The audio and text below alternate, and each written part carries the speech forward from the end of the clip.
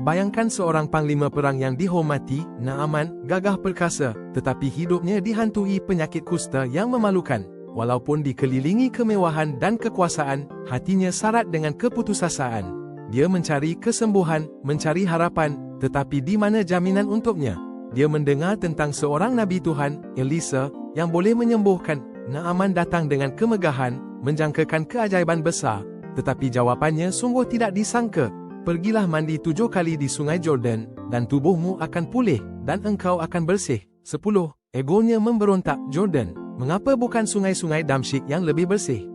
Kesombongannya menghalang mukjizat, namun hamba-hambanya memujuknya untuk merendahkan diri. Dengan kerendahan hati, Naaman akhirnya akur.